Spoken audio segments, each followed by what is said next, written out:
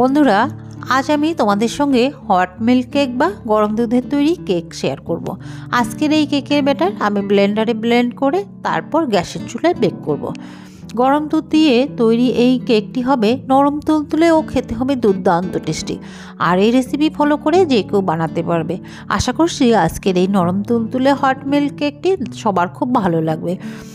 ভালো লাগলে আমার চ্যানেলটি সাবস্ক্রাইব করে পাশে থাকার অনুরোধ রইল। চলুন তাহলে দেখে নেওয়া যাক।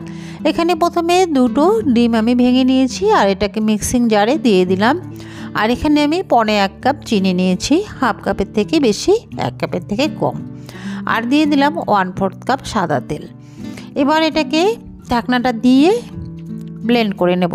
এটা কিন্তু 1 মিনিটের কম ব্লেন্ড করব, 30 সেকেন্ডের মতো ব্লেন্ড করলে হয়ে যাবে, খুব একটা বেশি ব্লেন্ড করতে যাবেন না।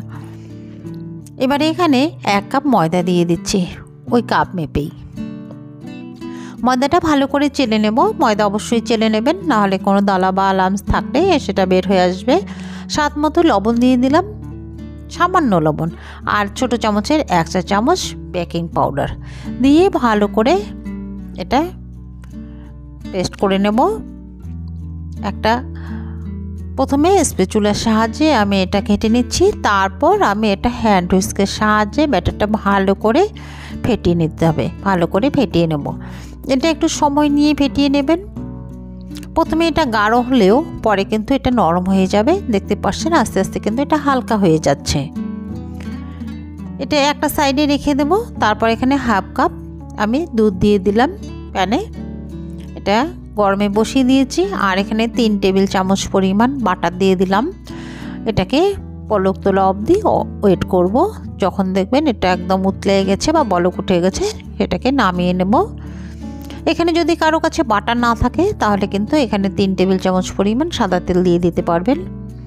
এটা কিন্তু দুধটা একদম ফুটে গেছে, এই অবস্থায় নামিয়ে নিতে হবে। আমি এই অবস্থায় নামিয়ে নেব। একদম ফুটন্ত দুধ আমি সেই ব্যাটারটার মধ্যে ঢেলে দেব। যেহেতু এটা হট মিল্ক কেক, এভাবে বানিয়ে দেখবেন, খুব সুন্দর হয়, একদম নরম তুলতুলে। এটাকে দিয়ে ব্যাটারটা আবার ফেটিয়ে নেব। একবারে কিন্তু আমি দুধটা দিলাম না, আস্তে আস্তে করে দেব।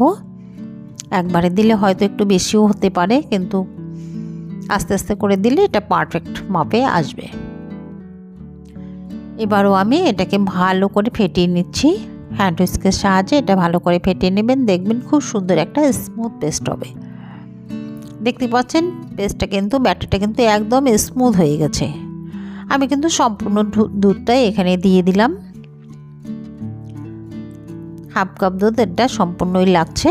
আর ব্যাটারটা দেখে বুঝতে পারছেন এর ঘনত্বটা দেখে বোঝা যাচ্ছে এর ঘনত্বটা কীরকম। ঢেলে দিলে সঙ্গে সঙ্গে মিলিয়ে যাচ্ছে না।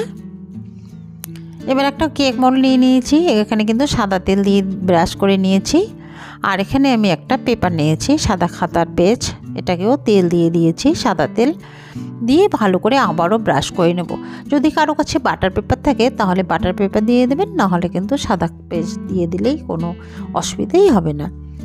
এবারে ব্যাটারটা ঢেলে নিলাম মোল্ডটার মধ্যে, দিয়ে ট্যাপ করে নিচ্ছি। যদি ভিতরে কোনো এয়ার থাকে এয়ারটা পাস হয়ে যাবে, নাহলে কিন্তু বড় বড় ছিদ্র হয়ে যায়।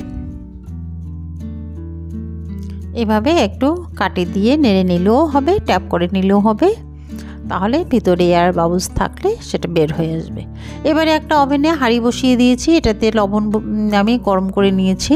এই লবণটা দিয়ে আমি আগেও কেক বানিয়েছি। এখানে একটা স্ট্যান্ড দিয়ে দিলাম। কেউ যদি লবণ দিতে না চায় দেবেন না, এমনিতেও কিন্তু বসিয়ে দেওয়া যাবে। আমি একটু লবণ দিয়ে বসিয়ে দিলাম, দিয়ে এটাকে একটা সিলভারের ঢাকনি দিয়ে ঢেকে দিলাম। এটাকে আমি 50 থেকে 55 মিনিট বেক করে নেব। আমি কিন্তু 55 মিনিট পরে চলে আসলাম, একটা কাটি দিয়ে দেখছি এটা হয়েছে কি না। দেখুন কাটিটা কিন্তু একদম স্বচ্ছ এসেছে, তার মানে এটা পারফেক্টলি হয়ে গেছে। এবার এটাকে নামিয়ে ঠান্ডা করে নিতে হবে। নামিয়ে নিয়েছি, ঠান্ডাও করে নিয়েছি। এবার একটা চাকু দিয়ে ধারটা একটু কেটে নেব, তাতে করে খুব সুন্দরভাবে উল্টিয়ে যাবে, বের হয়ে আসবে। আর যদি পারফেক্টভাবে কেক হয়ে যায় তাহলে কিন্তু অনায়াসে বের হয়ে আসবে। দেখুন এটা কিন্তু আস্তে করে একটু ট্যাপ করে দেব, এটা অনায়াসে খুলে আসবে। দেখতে পাচ্ছেন কেকটা সুন্দরভাবে বেক হয়ে গেছে আর কালারটাও খুব সুন্দর চলে এসেছে। আর এটা আমি দেখিয়ে দিচ্ছি কতটা নরম, কতটা তুলতুলে, কতটা স্পঞ্জি। দেখে বুঝতে পাচ্ছেন যে এটা কতটা নরম, কতটা স্পঞ্জি।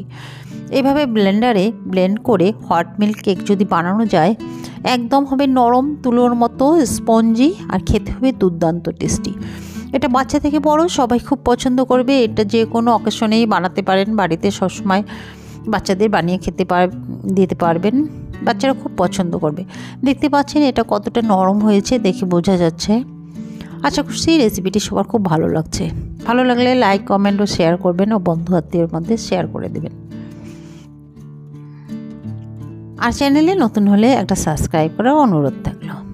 এবার একটা কেটে দেখাচ্ছি এটা কতটা নরম, কতটা তুলতুলে, কতটা স্পঞ্জি, কতটা সফট। দেখে কি বুঝতে পারছেন? আশা করছি আমি বোঝাতে পেরেছি। এটা দেখে বুঝতে পারছেন কতটা নরম। আজ এ পর্যন্তই, দেখাবে পরে আরেকটি নতুন রেসিপিতে। ততক্ষণ পর্যন্ত ভালো থাকবেন, সুস্থ থাকবেন। ধন্যবাদ।